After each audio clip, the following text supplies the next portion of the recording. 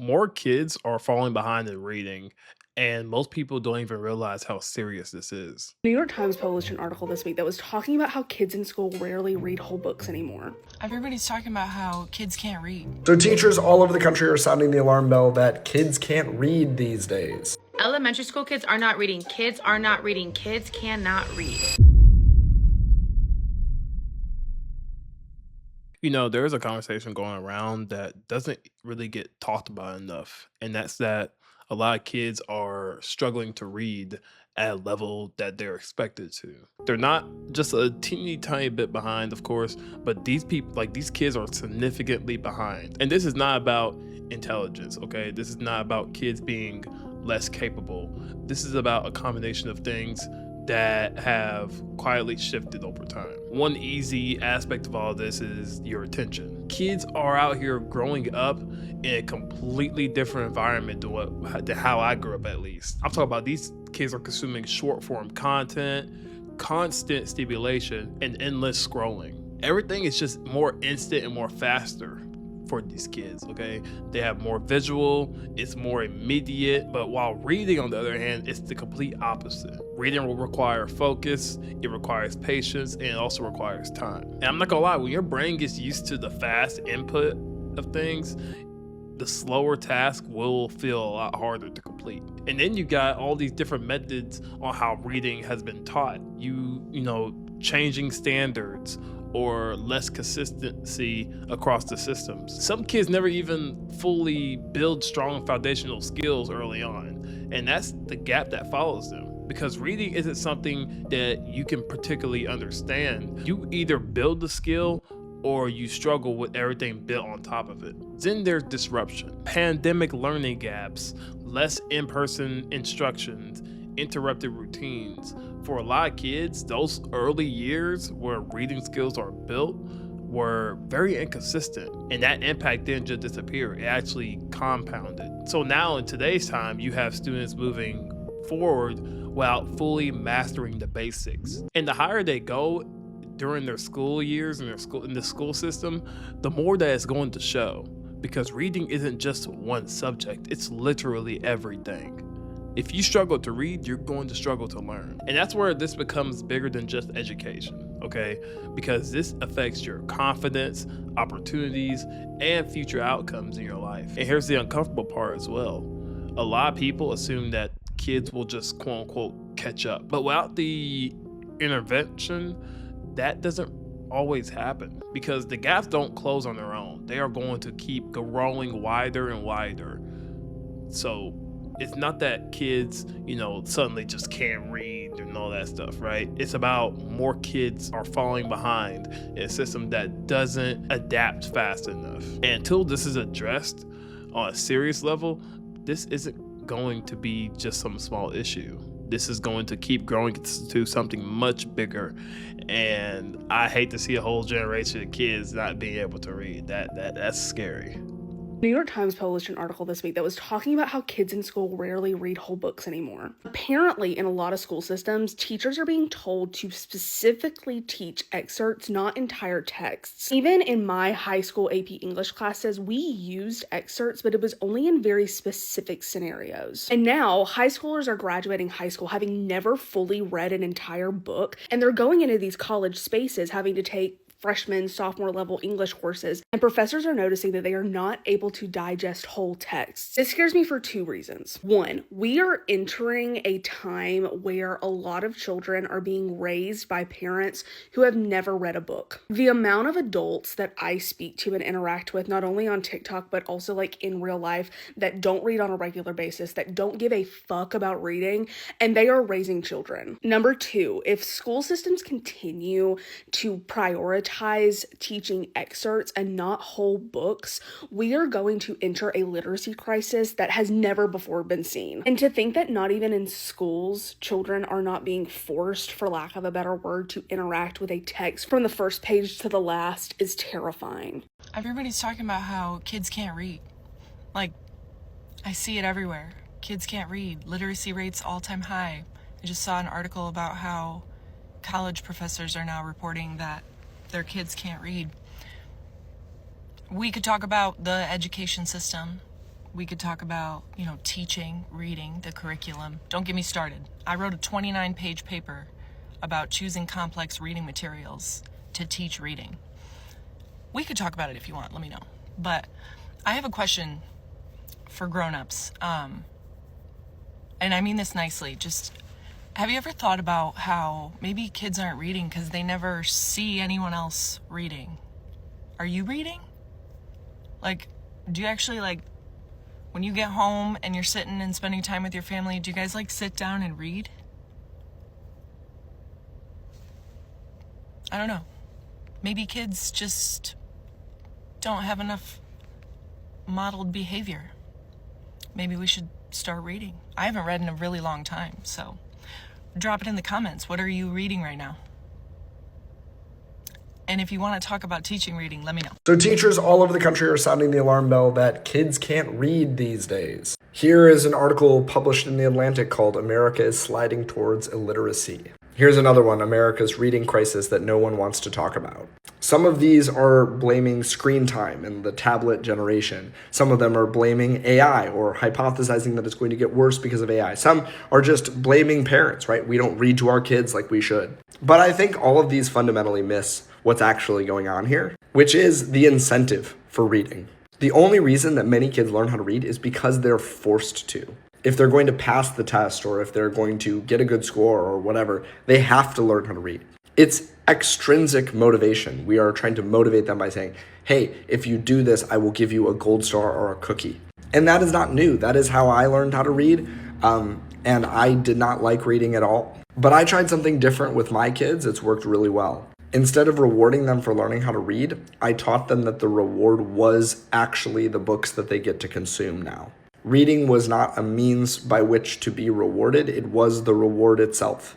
Why do we read? Because we want to, because we enjoy it. I let my kids see me reading. I talk about the books that I'm reading, the fiction books that I'm reading for interest, the nonfiction books that I'm reading for further intellectual stimulation. And I think that this matters a lot. Because when we teach kids that reading is only a means to an end, or an extrinsic reward that they can get, then if they can find a way around reading while still getting the reward, like tablet or using an e-reader that's going to read the material to you, or ChatGPT or whatever, then they are not going to read.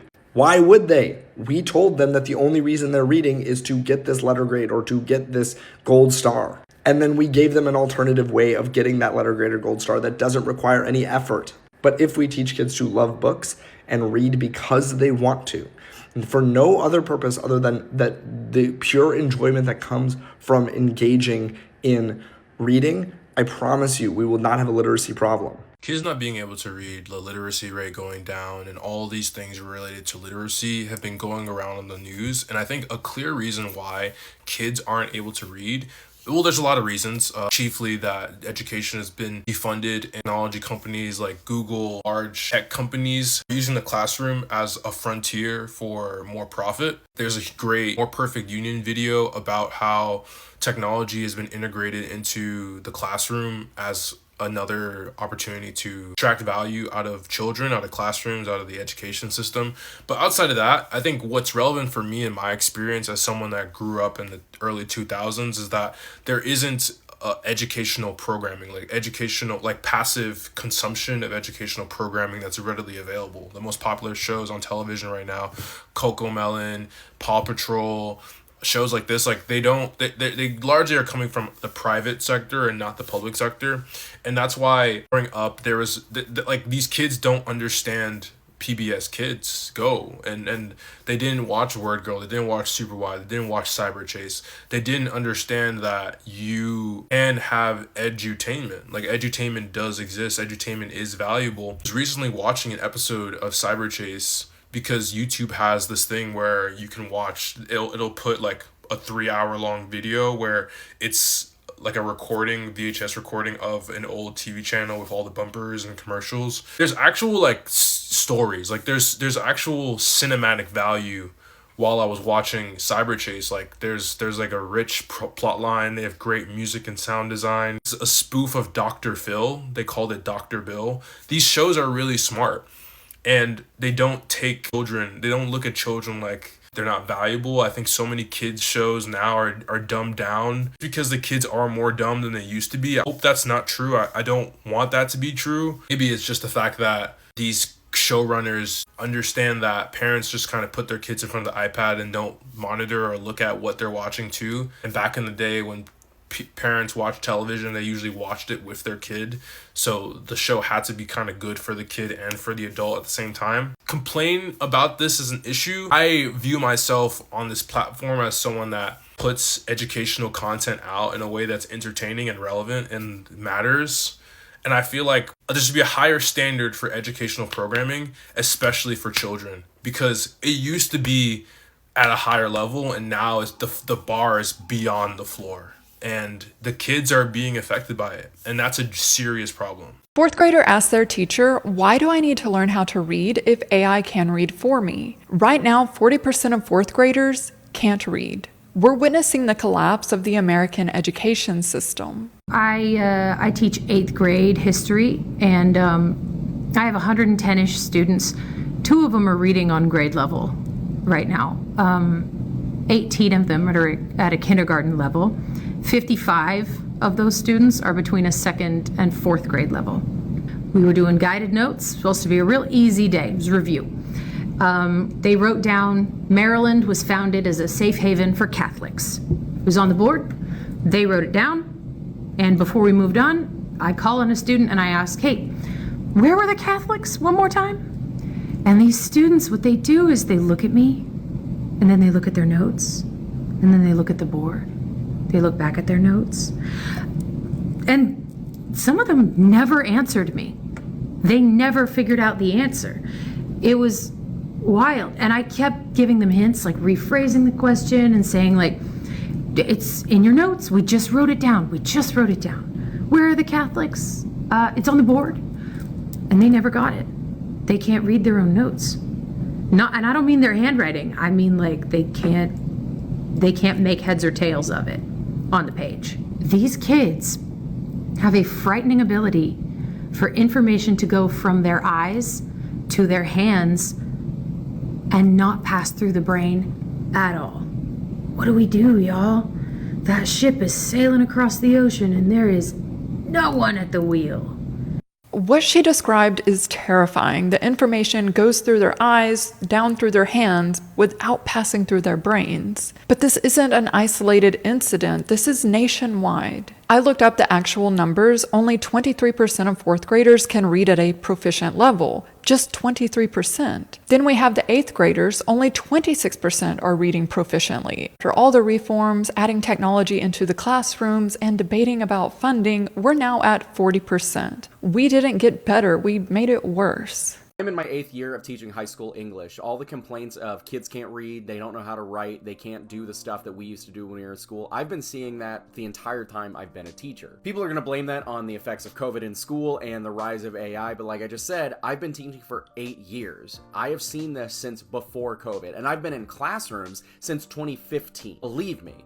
This has been happening since before COVID. But there is something that we can easily blame. It's not going to be an easy solution, but we can point fingers at the culprit. It is wealth and income inequality. Our students are having issues reading, writing, and completing work because they don't have the same stable home life that many of us used to have. For example, I teach English. We don't have enough books to send home with kids to read so they can practice reading at home. And even if we did, a number of them wouldn't come back, so we'd have to buy more every year. And schools just don't want to budget for that. But even if we had the budget, we'd be sending books home with kids who don't have a stable enough home life to actually be able to do the reading and to do the assignments. And people are going to blame parents for this. A lot of teachers do that. You know what? That's just an easy scapegoat. Look, you can be mad that parents aren't as present in their children's lives as you would want them to be, but the truth is, it's not that they don't want to be, it's that there is now a system that keeps them from being present in their kids' lives. So we are consistently teaching students who don't have all of the tools to learn.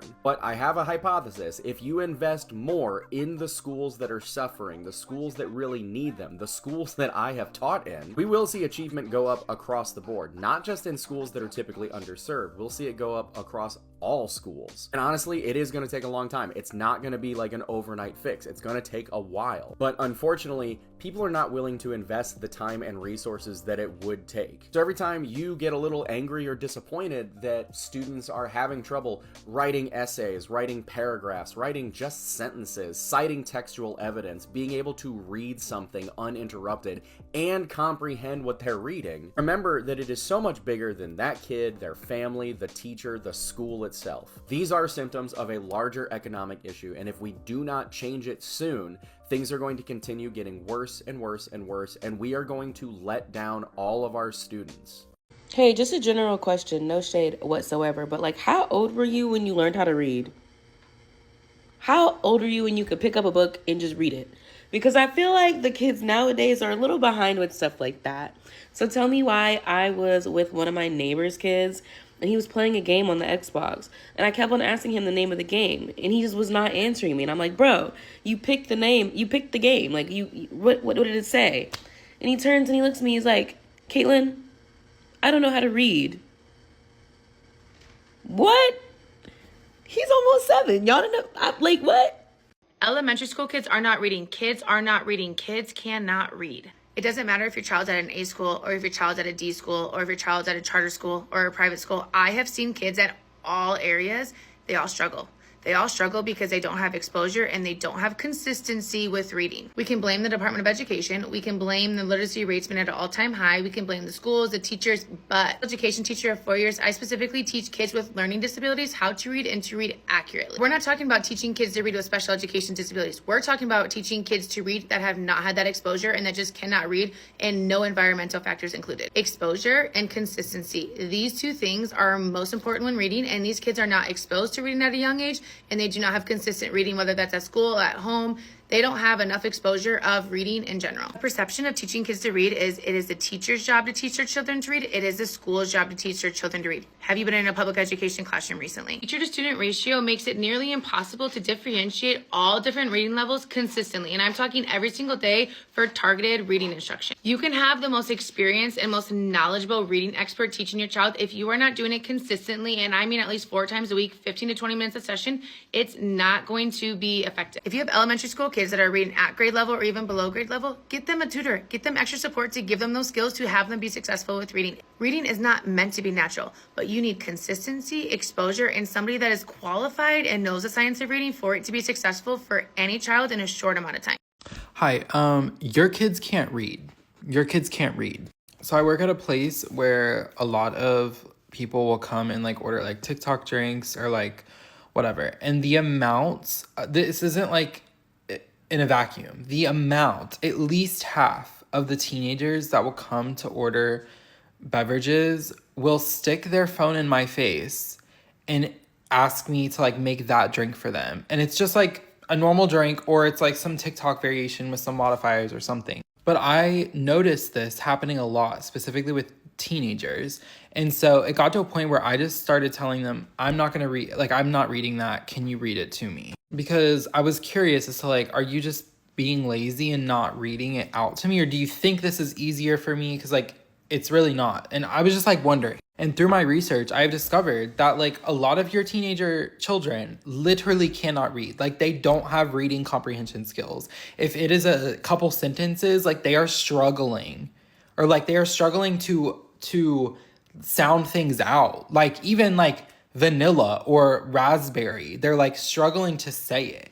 And I noticed this too with teenagers reading the menu board. Like they will ask, they'll be like, what does that say? And I'm like, try to give benefit of the doubt. I'm like, maybe you just can't see it. But like, it's the amount. Like it gets to a point where it's like, it's not just like, I understand like things like dyslexia exists. Like I understand that there's like, people have like different impairments and stuff. I'm not talking about that. But like over half are like struggling to read a menu or read like the word espresso. And I've also noticed that over time, this has gotten worse. Like, because I've been in kind of the same industry since I was like 16. And so like then obviously I didn't notice it as much. And I feel like over the last couple of years, it has gotten significantly worse. And I think it has kind of reached its worse it's been that I've seen, where like literally your teenage children cannot read. They don't want to read. They avoid reading like at all costs. And I think a lot of this like they'll see like a drink they like visually they like on like TikTok or Instagram or something. And so like usually those videos will have like a breakdown of like how to order it, and they like they can't like they cannot read. And I don't understand. I'm sure I'm like connecting the dots in my head with like the timeline, and it sounds like something like COVID was when these kids were like really should have been gaining like reading comprehension skills. And to an extent I can understand that, but also why, when COVID happened, were you not reading to your kids, or were you not making your kids read? Like, and again, I'm not talking about anyone with like a disability. I'm not talking about that, but it's like over half, like it's a large chunk of the teenagers that like will come in order, or that like I have to interact with, that cannot read, or they like are so, I think they're like scared to, because they know that they're going to have problems. And I don't understand. I really do think this is a reflection of, no shade, but like parents, because like I'm 23. When I was like growing up, like obviously I grew up before like everyone had an iPhone, or like obviously we had technology and stuff, but like when I was going through like learning how to read and stuff like that, like social media wasn't really, it was like much more for the adults. Like kids really didn't use social media up until like maybe like 2012, 2013. But like you couldn't get me out of a book. Like I love to read. I love to like constantly have a book checked out of the library. And like it is such a like a lack of like parental guidance of like, obviously COVID happened and that screwed a lot of people up and screwed a lot of stuff up and made it a lot more difficult for teachers to like adequately teach their children. But like reading is one of those things where like you can literally do it at home. And like I just don't understand it. It's very frustrating to me. And obviously I don't really blame the teenagers to an extent, because like obviously COVID, and then if nobody's advocating for you, and like nobody is like putting you in these situations where you like are learning this stuff, like your parents have really set you up for failure. And I think that our education system too has obviously has a lot of issues in the United States. But yeah. Here's my hot take on why reading is bad, so bad in America today. For one, electronics. Children are put on a tablet, they're put on a TV screen, they have phones at the right age of 6 and 7. They don't read anything, they don't watch regular TV, they don't see commercials. They are glued to a screen 24/7 with instant gratification. They don't know how to be bored, they don't know how to use their imagination. In return, they cannot hold a conversation, which plays a part in reading and writing, whether you believe that or not. They cannot hold a steady conversation. They do not know how to be bored. They do not know how to use their imagination. They need something to constantly entertain them 24/7. So when they get in a school building and they're sitting in these seats right here, because they are not constantly entertained and constantly shown something to grasp their attention that they like, they cannot pay attention. Next, number 2, uninvolved parents. Okay? Parents who do not read with their children at home, do not do their homework with them, do not work with your child outside, have conversations with them, take them places, tell them what things are, talk to them like they're, older than what they are. 3, hate to say this, but parents who do not want to take accountability, okay? When their child gets home from school, it's going to take the extra mile for you to sit down and work with your child, for you to see what your child does not understand. Have them build their fluency, because they cannot read, but you don't know that, okay? Sitting down with your child every single night takes time away from the parent to do what they want to do and sit down and do what they need to do with their children. 4, okay? The second the child starts spelling, it is no longer, well, what can I do at home? It is now become the problem. The teacher's problem. Well, you have them for 8 hours a day, so it's your job to figure it out. And if my child fails, that's on you. That is incorrect. I have them for 90 minutes a day, not 8 hours. They have to go to lunch. They have to go to specials. They have to go to recess, which all of which the second that gets taken away, that's when parents start to care. Okay, so the problem is that we have uninvolved parents, constant screen time, okay, and children who do not know how to be bored. And in return, when we're not putting in the work at home, when we're shoved to screen, when we don't have conversations with our children, they come to school and they are behind. It takes work. It takes extra time. It is hard, but it is a must. And that is why we are seeing such a decline today in reading. The kids can't read, write, or remember anything or use their imaginations, and the teachers are wondering why. Parents are confused with why our children are coming home with these crazy grades or not knowing how to do their homework, so then we can't help them because they don't know how to tell us what the hell they're doing in class. All across the country, we got teachers saying the same thing, that these kids are not in the level or on the level of the grade that they're in, that their handwriting is crazy, that they have zero retention and zero access to imagination. They will practice a subject or a skill the whole week, and then when it comes to testing, the children draw a blank. They don't know. They don't know what they're supposed to do. We were writing full-ass essays, the final draft and the rough draft in the same 45-minute time period, ready to turn in 3rd grade. We got high schoolers out here right now that can't write 5 paragraphs. And the teachers and parents alike want to know why. But I'm going to tell you something. It ain't the kids. It's the system. It's not just COVID. It's not just the phones and the tablets. It's not just the parents. It's not just the curriculum. It's all of it.